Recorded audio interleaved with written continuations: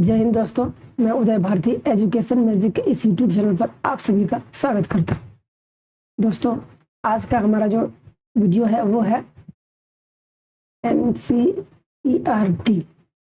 ठीक है, तो किस क्लास का? तो 6 क्लास का ये सब्जेक्ट जो है ज्योग्राफी।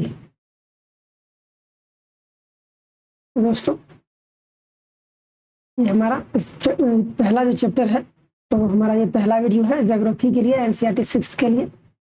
दोस्तों, आपको इस चैनल पर एक प्लेलिस्ट बना दिया जाएगा जहां आपको सारी वीडियो मिल जाएगी। तो दोस्तों, पहले हम लोग जो है कॉन्सेप्ट को देखेंगे, पहले बेसिक को पढ़ेंगे, उसके बाद हम लोग नेक्स्ट वीडियो में जो दोस्तों क्वेश्चन आंसर का जो होगा उसको सॉल्व करेंगे। ठीक है, तो दोस्तों हमारे चैप्टर का नाम है सौरमंडल में पृथ्वी। तो हम लोग दोस्तों बेसिक से बात करेंगे, एकदम जीरो लेवल से, ताकि आपको अच्छे से समझ में बेहतरीन तरीके से आए। और दोस्तों, आप किसी भी एग्जाम में जो है इस टॉपिक से रिलेटेड जितने भी सवाल आएंगे उसको आप अच्छे से सॉल्व कर पाएंगे। तो चलिए, हम उम्मीद करते हैं कि वीडियो आपको पसंद आएगी। चलिए शुरू करते हैं। बोल रहा है, सूर्यास्त के बाद आकाश को देखना कितना अच्छा लगता है। आसमान में पहले 1 या 2 चमकते बिंदु ही दिखते हैं, लेकिन बाद में इनकी संख्या बढ़ जाती है। ठीक है, बढ़ती जाती है। आप उनकी जो है गणना नहीं कर सकते। संपूर्ण आकाश छोटी छोटी चमकदार वस्तुओं से भर जाता है, जिनमें से कुछ चमकीले होते हैं, कुछ धुंधले। ठीक है, तो दोस्तों सूर्य जब अंत होता है, सूर्यास्त जब होता है, तो हम लोग जो है आकाश को देखते हैं तो कितना सुंदर लगता है।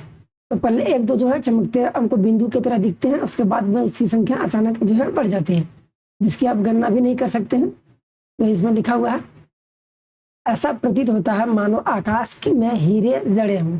ठीक है, हीरे जो है जड़े हों।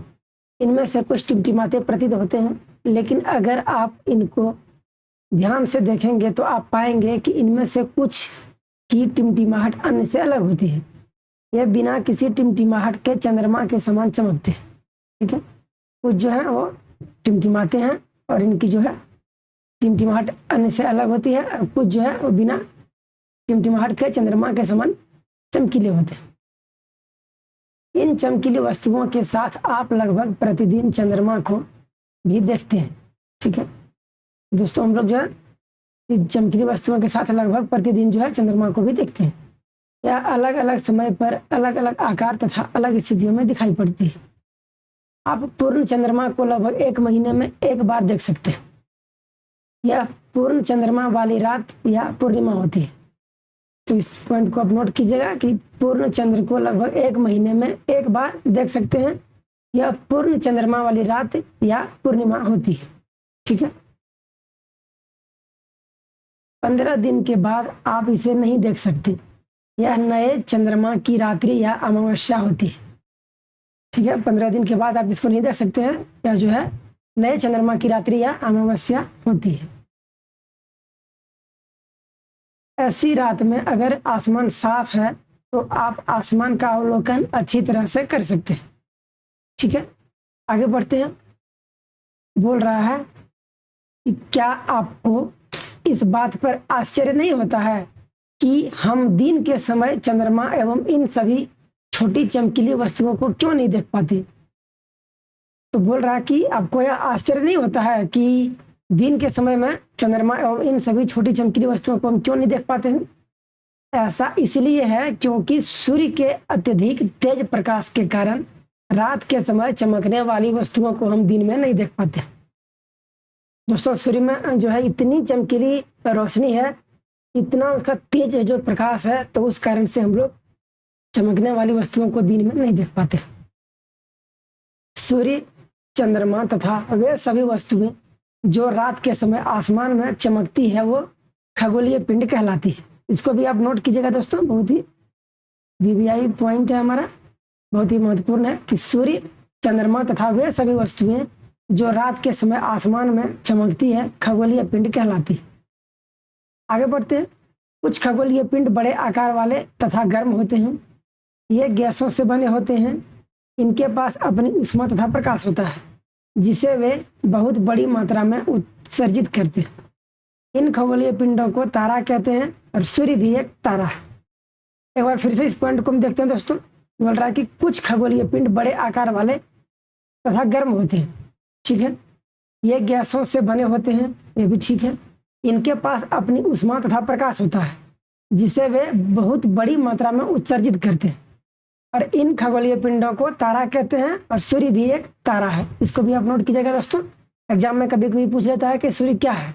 ठीक है, आगे बढ़ते हैं। रात के समय चमकते हुए अनगिनत तारे सूर्य के समान ही हैं, लेकिन हमसे बहुत अधिक दूर होने के कारण हम लोग उनकी ऊष्मा या प्रकाश को महसूस नहीं करते हैं तथा वे अत्यंत छोटे दिखाई पड़ते हैं।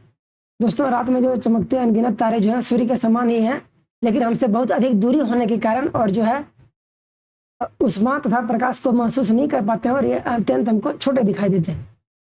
बोल रहा है, आपने अवश्य ध्यान दिया होगा कि कुछ दूरी से देखने पर सभी वस्तुएं छोटी दिखाई पड़ती हैं और अत्यधिक ऊंचाई पर उड़ रहा हवाई जहाज कितना छोटा दिखाई देता है।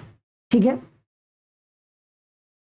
दोस्तों, यह एक चित्र है जो सप्तऋषि एवं ध्रुव तारा बनाया गया है। उसको एक लड़की जो है देख रही है।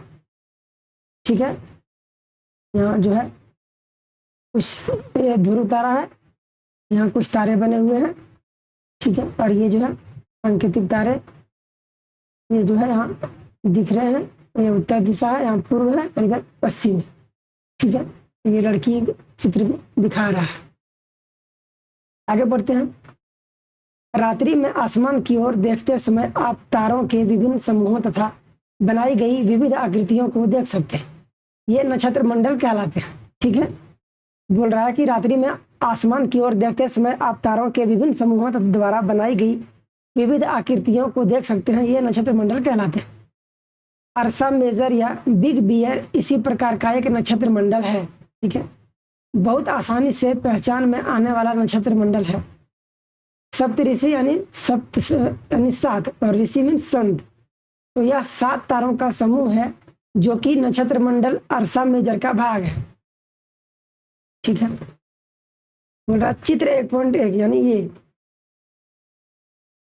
अपने परिवार या पड़ोस में किसी बड़े व्यक्ति से कहिए कि वह आपको आसमान में और अधिक तारों, ग्रहों तथा नक्षत्र मंडल को दिखाएं। आगे बढ़ते हैं। प्राचीन समय में लोग रात्रि में दिशा का निर्धारण तारों की सहायता से करते थे। ठीक है, जो प्राचीन जब जो समय था दोस्तों, तो लोग जो है रात्रि में दिशा का निर्धारण तारों की सहायता से करते थे। ये तारा अगर इधर है तो ये फलाना दिशा हुआ, ये इधर है तो ये ढिमकाना दिशा हुआ। इसी तरह से उत्तरी तारा उत्तर दिशा को बताता है, इसे ध्रुव तारा भी कहा जाता है। ठीक है, उत्तरी जो दिशा है उत्तर जो है उत्तरी तारा बताता है। यह आसमान में हमेशा एक ही स्थान पर रहता है। हम सप्तऋषि की सहायता से ध्रुव तारे की स्थिति को जान सकते हैं। चित्र 1.1 में आप देखेंगे कि यदि सप्तऋषि मंडल के संकेतक तारों को आपस में मिलाते हुए एक काल्पनिक रेखा खींची जाए तो उसे आगे की ओर बढ़ाया जाए तो यह ध्रुव तारे की ओर इंगित करता है। ये देखिए दोस्तों, यहाँ सांकेतिक तारा जो बनाया हुआ है, ठीक है, और इधर यहाँ ध्रुव तारा है, तो वही बोल रहा है प्रतीत होता है। आगे बढ़ते हैं। कुछ खगोलीय पिंडों में अपना प्रकाश एवं ऊष्मा नहीं होती है, वे तारों के प्रकाश से प्रकाशित होते हैं। ऐसे पिंड ग्रह कहलाते हैं। ठीक है, कुछ जो खगोलीय पिंड में अपना प्रकाश एवं ऊष्मा नहीं होती है और वे जो है तारे के प्रकाश से प्रकाशित होते हैं, ऐसे पिंड ग्रह कहलाते हैं। ग्रह जिसे अंग्रेजी में प्लेनेट कहते हैं, तो ग्रह को इंग्लिश में क्या कहते हैं, तो प्लेनेट कहते हैं। ठीक है, PLANET। ग्रीक भाषा के प्लेनेटाई शब्द से बना है, जिसका अर्थ है परिभ्रमक, अर्थात चारों ओर घूमने वाले। पृथ्वी जिस पर हम रहते हैं यह एक ग्रह है। इसको आप नोट कीजिएगा, बहुत ही इंपॉर्टेंट सवाल है। पृथ्वी जो है जिस पर हम रहते हैं यह एक ग्रह है। यह अपना संपूर्ण प्रकाश एवं ऊष्मा सूर्य से प्राप्त करती है, जो पृथ्वी के सबसे नजदीक का तारा है। पृथ्वी को बहुत अधिक दूरी से जैसे चंद्रमा से देखने पर यह चंद्रमा की तरह चमकती हुई प्रतीत होगी। तो दोस्तों, ये हमारा VVI पॉइंट है, इसको आप अच्छे से ध्यान से देखिए। ठीक है, बोल रहा है कि ग्रह क्या है, और पृथ्वी एक ग्रह है जिस पर हम लोग रहते हैं, और इसके बारे में कुछ बातें बताई गई। अब हम लोग देखते हैं जो है हमारे पास एक चित्र है दोस्तों, ये यहाँ है सूर्य। ठीक है, ये हमारा सूर्य है। उसके बाद यहाँ हमारा बुध ग्रह है। ठीक है, तो देखिए यहाँ पहले हम इसके बारे में नीचे में क्या दिया है उसको पढ़ते हैं। तो चित्र के बारे में नहीं दिया हुआ है दोस्तों। ठीक है,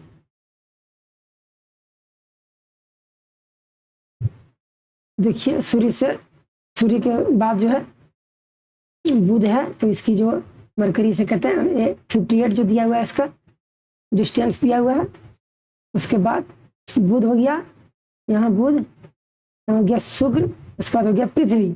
तो हम लोग दोस्तों पृथ्वी पर रहते हैं, तो ये सूर्य से नजदीक तीसरा ग्रह। उसके बाद हो गया मंगल, उसके बाद हो गया बृहस्पति, उसके बाद हो गया शनि, उसके बाद हो गया यूरेनस, और उसके बाद हो गया यहाँ सबसे नीचे में हो गया नेपच्यून। ठीक है, एक बार फिर से हम लोग इसको देख लेते हैं।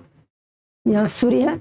ठीक है, उसके बाद बुध, शुक्र, पृथ्वी, मंगल, बृहस्पति, शनि, सॉरी यहाँ है शनि, यूरेनस और नेपच्यून। ठीक है, बोला है दूरी मिलियन किलोमीटर में, 1 मिलियन बराबर 10 लाख होता है दोस्तों, आप जानते होंगे। तो पहला बोल रहा है बुध, तो इसका हम लोग पहले कलर चेंज कर लेते हैं ताकि हमको अच्छे से समझ में आए। तो बुध के बारे में बोल रहा है सूर्य के चारों ओर एक परिक्रमण 88 दिन में, और अपने अक्ष पर घूर्णन जो है 59 दिन में। ठीक है, शुक्र के बारे में सूर्य के चारों ओर परिक्रमण जो है 255 दिन, अपने अक्ष पर घूर्णन जो है 234 दिन। पृथ्वी का सूर्य के चारों ओर एक परिक्रमण 365 दिन, और अपने अक्ष पर घूर्णन 1 दिन, और चंद्रमा की संख्या 1 है दोस्तों। पृथ्वी पर एक चंद्रमा है, बाकी ये दोनों पर चंद्रमा नहीं है। मंगल सूर्य के चारों ओर परिक्रमा करता है 687 दिन में, 687, और अपने अक्ष पर घूरता है 1 दिन में। इसके पास चंद्रमा की संख्या 2 है। और बोल रहा है दोस्तों अंतरिक्ष ग्रह सूर्य के सबसे नजदीक है, यह चट्टानों से बने हैं। आगे बढ़ते हैं बृहस्पति की ओर। तो इसे चारों ओर परिक्रमा करने में 11 महीने लगभग 12 साल लगते हैं, और अपने अक्ष पर घूर्णन 9 घंटे 56 मिनट, और चंद्रमा की संख्या लगभग 53 है दोस्तों बृहस्पति पर।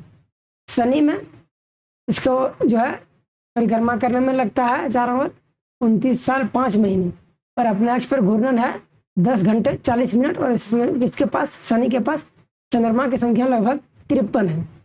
यूरेनस के बारे में है सूर्य के ओर चारों ओर परिक्रमा 84 दिन 84 साल। ठीक है, 84 साल याद रखिए, और अपने अक्ष पर घूर्णन 17 घंटे 14 मिनट, और चंद्रमा की संख्या लगभग 27। सूर्य के चारों ओर एक परिक्रमा करने में 164 साल लगते हैं, और अपने अक्ष पर घूर्णन जो है नेपच्यून को 16 घंटे 7 मिनट, और चंद्रमा की संख्या 13। ठीक है दोस्तों, चंद्रमा की संख्या जो है 13 है। बोल रहा है बाह्य ग्रह सूर्य से बहुत दूर हैं तथा बहुत बड़े आकार के हैं, ये गैस और तरल से बने होते हैं। तो दोस्तों इसके बारे में हम लोग यह अच्छे से जानकारी ले लिया है। आगे बढ़ते हैं। आगे बोल रहा है आसमान में दिखने वाला चंद्रमा एक उपग्रह है। ठीक है, आसमान में दिखने वाला चंद्रमा एक उपग्रह है, यह हमारी पृथ्वी का सहचर है तथा इसके चारों ओर चक्कर लगाता है। हमारी पृथ्वी के समान 7 अन्य ग्रह हैं जो सूर्य से प्रकाश एवं ऊष्मा प्राप्त करते हैं, उनमें से कुछ के पास अपने चंद्रमा भी है। ठीक है, आगे बढ़ते हैं। हम आते हैं सौरमंडल में। तो हमारा जो हेडिंग है वो है पहला सौरमंडल। तो दोस्तों सूर्य, इसके बाद 8 ग्रह, उपग्रह तथा कुछ अन्य खगोलीय पिंड जैसे क्षुद्र ग्रह एवं उल्का पिंड मिलकर सौरमंडल का निर्माण करते हैं। तो सूर्य, 8 ग्रह, उपग्रह तथा कुछ अन्य खगोलीय पिंड जैसे क्षुद्र ग्रह एवं उल्का पिंड मिलकर सौरमंडल का निर्माण करते हैं। उसे हम सौर परिवार का नाम देते हैं, जिसका मुखिया जो है सूर्य है। तो दोस्तों सौरमंडल का मुखिया कौन है? तो सूर्य है। ठीक है, अब हम लोग पढ़ते हैं सूर्य के बारे में। तो हमारा जो हेडिंग है वो है सूर्य। सूर्य दोस्तों सौरमंडल के केंद्र में स्थित है। तो सूर्य जो है सौरमंडल के केंद्र में स्थित है। यह बहुत बड़ा है एवं अत्यधिक गर्म गैसों से बना है। इसका खिंचाव बल इससे सौरमंडल को बांधे रखता है। सूर्य सौरमंडल के लिए प्रकाश एवं ऊष्मा का एकमात्र स्रोत है। लेकिन हम इसकी अत्यधिक तेज ऊष्मा को महसूस नहीं करते हैं, क्योंकि सबसे नज़दीक का तारा होने के बावजूद यह हमसे बहुत दूर है और सूर्य पृथ्वी से लगभग 15 करोड़ किलोमीटर दूरी है। एक बार फिर से इसको हम इस पॉइंट को देखते हैं दोस्तों। सूर्य जो है सौरमंडल के केंद्र में स्थित है।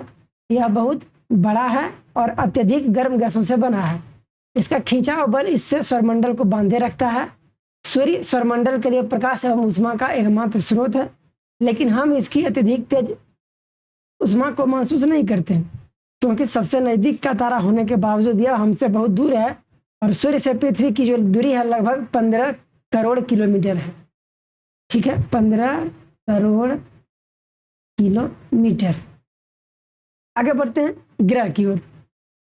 तो दोस्तों ग्रह में हमारे सौरमंडल में 8 ग्रह हैं और सूर्य से दूरी के अनुसार वे हैं। तो सूर्य के जो दूरी है उसके अनुसार से दिया हुआ है। बुध, शुक्र, पृथ्वी, मंगल, बृहस्पति, शनि, यूरेनस तथा नेपच्यून। एक बार फिर से हम देखते हैं बुध, शुक्र, पृथ्वी, मंगल, बृहस्पति, शनि, यूरेनस तथा नेपच्यून। ठीक है, और दोस्तों इससे जो है इसकी दूरी को अंग्रेजी में ग्रहों के जो नाम जो है उसको आसान तरीके से याद रखने का ट्रिक बताया गया है। My very efficient mother just served yes nuts. तो इसको आप जो है MVEMJSUN के थ्रू जो इसको आप याद कर सकते हैं। आगे बढ़ते हैं। सौरमंडल के सभी 8 ग्रह एक निश्चित पथ पर सूर्य का चक्कर लगाते हैं। ये रास्ते दीर्घवृत्ताकार में फैले हुए हैं। ये कक्षा कहलाते हैं। ठीक है, बुध जो है सूर्य से सबसे नज़दीक है। अपनी कक्षा में सूर्य के चारों ओर एक चक्कर लगाने में इसे केवल 88 दिन लगते हैं। ठीक है दोस्तों, जो बुध को है सूर्य के चारों ओर जो चक्कर लगाते हैं तो उसको 88 दिन लगते हैं। सूर्य को पृथ्वी का जुड़वां ग्रह माना जाता है, क्योंकि इसका आकार एवं आकृति लगभग पृथ्वी के ही समान है। ठीक है, अभी तक प्लूटो भी एक ग्रह माना जाता था, परंतु अंतर्राष्ट्रीय खगोलीय संगठन ने अपनी पहली बैठक अगस्त 2006 में यह निर्णय लिया कि कुछ समय पहले खोजे गए अन्य खगोलीय पिंडों, ये उसका नाम दिया गया है दोस्तों, तथा प्लूटो जो है बोने ग्रह कहे जाते हैं। तो प्लूटो को हम लोग दोस्तों बोने ग्रह कहे जाते हैं। अगला पॉइंट है हमारा पृथ्वी के बारे में। तो सूर्य से दूरी के हिसाब से पृथ्वी जो है तीसरा ग्रह है। तो थर्ड में आता है डिस्टेंस के अनुसार से अर्थ। ठीक है, आकार में यह 5वां सबसे बड़ा ग्रह है। यह ध्रुवों के पास थोड़ी चपटी है। यही कारण है कि इसके आकार को भू आब कहा जाता है।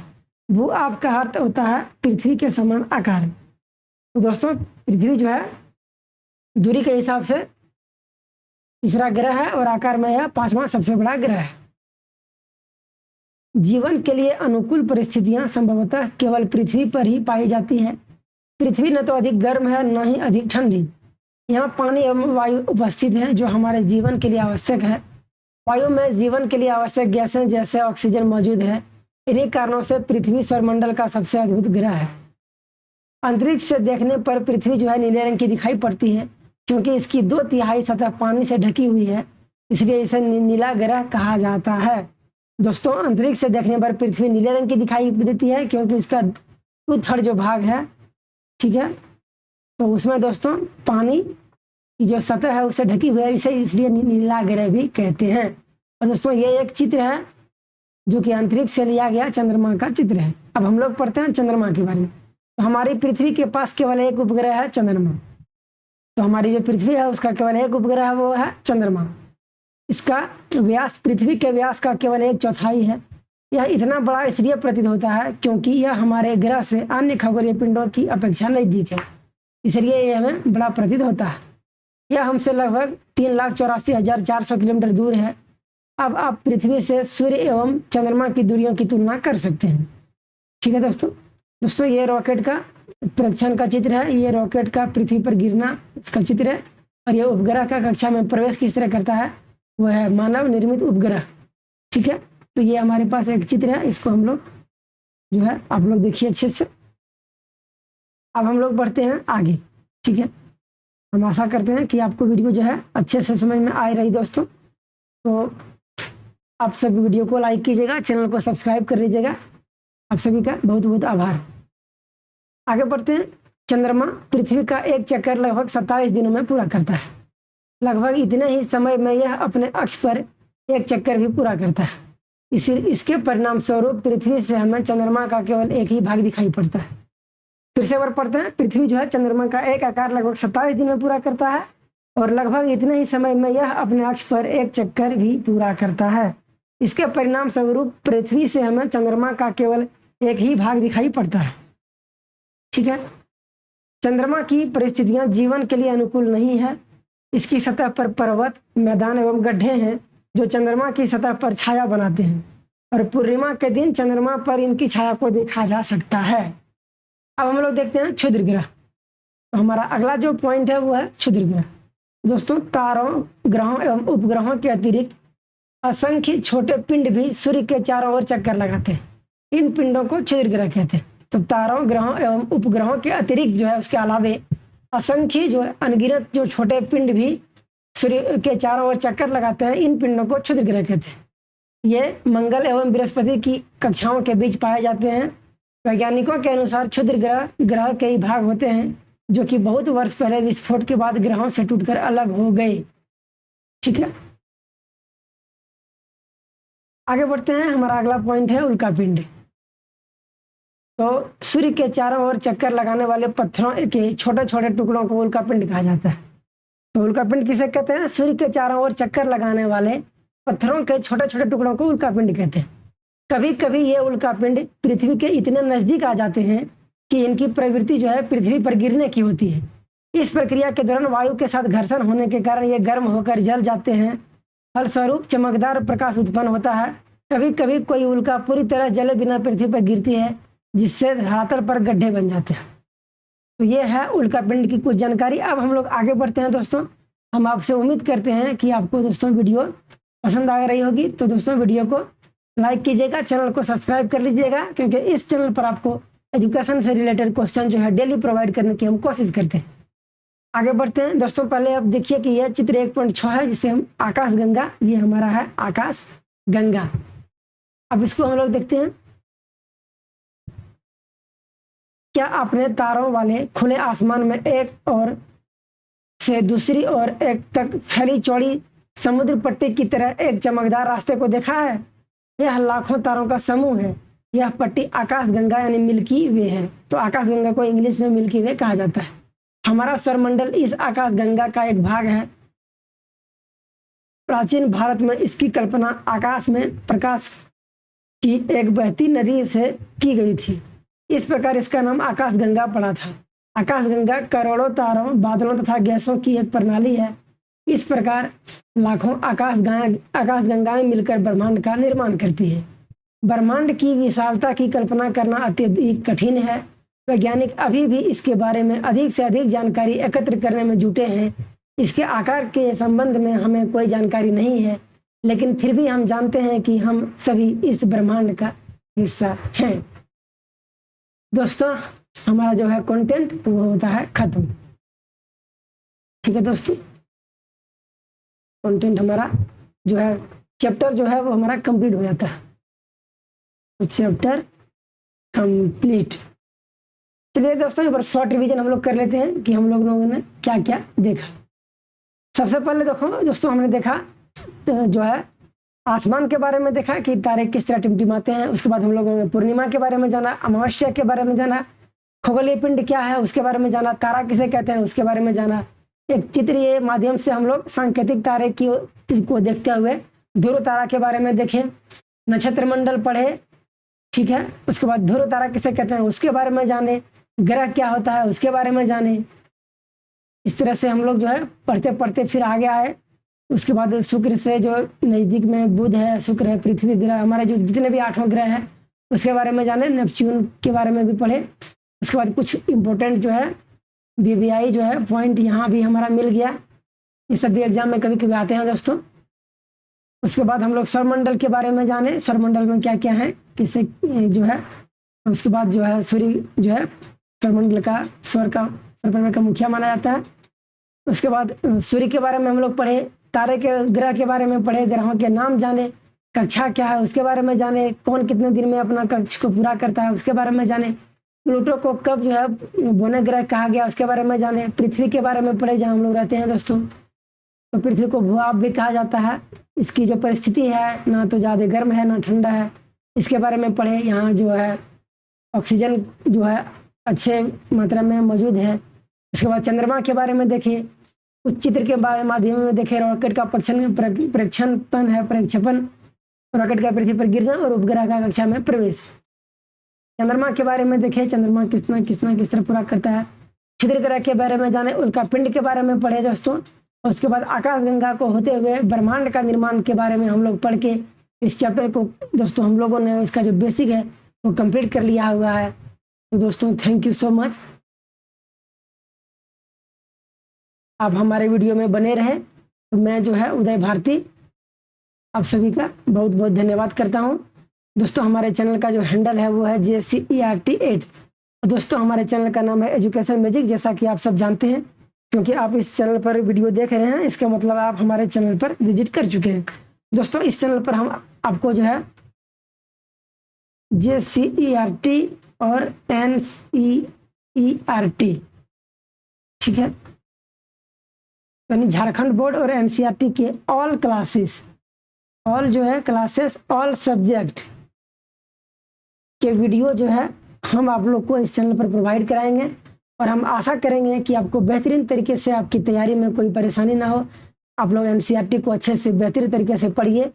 इसके क्वेश्चन को जो यहाँ जहाँ VBI है, जो मेन पॉइंट है, हम आपको पूरी जो है कंप्लीट चैप्टर को पढ़ा चुके हैं। तो आप अच्छे से उसकी जानकारी लीजिए। और दोस्तों वीडियो को लाइक कीजिए, चैनल को सब्सक्राइब कीजिएगा और वीडियो में हमें कमेंट करके बताइएगा आपको वीडियो कैसी लगी। जैसा कि दोस्तों थोड़ी देर पहले आपको हम वीडियो शुरू करने के पहले भी बता दिए, एक बार फिर से बता देते हैं कि आपको इस चैनल का एक प्लेलिस्ट मिल जाएगा, ठीक है। जो ये हमारा जो 6th क्लास का जो ज्योग्राफी चल रहा है, तो हम लोग एक प्लेलिस्ट का नाम बना देंगे ज्योग्राफी 6th। तो आप उसको विजिट कीजिएगा और आपको डिटेल वीडियो में पहले आप कॉन्सेप्ट को पढ़िए। इसके बाद हमारा जो दोस्तों अगला जो हमारा वीडियो आने वाला है वो क्वेश्चन एंड आंसर से रहेगा। तो इस टॉपिक पर जितने भी सारे सवाल हैं उसको हम लोग देखेंगे, उसको हम लोग बेहतरीन तरीके से सॉल्व करने की कोशिश करेंगे। तो आज का हमारा जो कॉन्सेप्ट होता है वो क्लियर। अगली वीडियो में हम लोग क्वेश्चन आंसर सीरीज को लेकर आने वाले हैं। तो दोस्तों थैंक यू सो मच, आज के लिए इतना ही। एक बार फिर से बहुत बहुत आप सबका धन्यवाद। मिलते हैं किसी अगले वीडियो में, तब तक के लिए धन्यवाद। Thank you so much.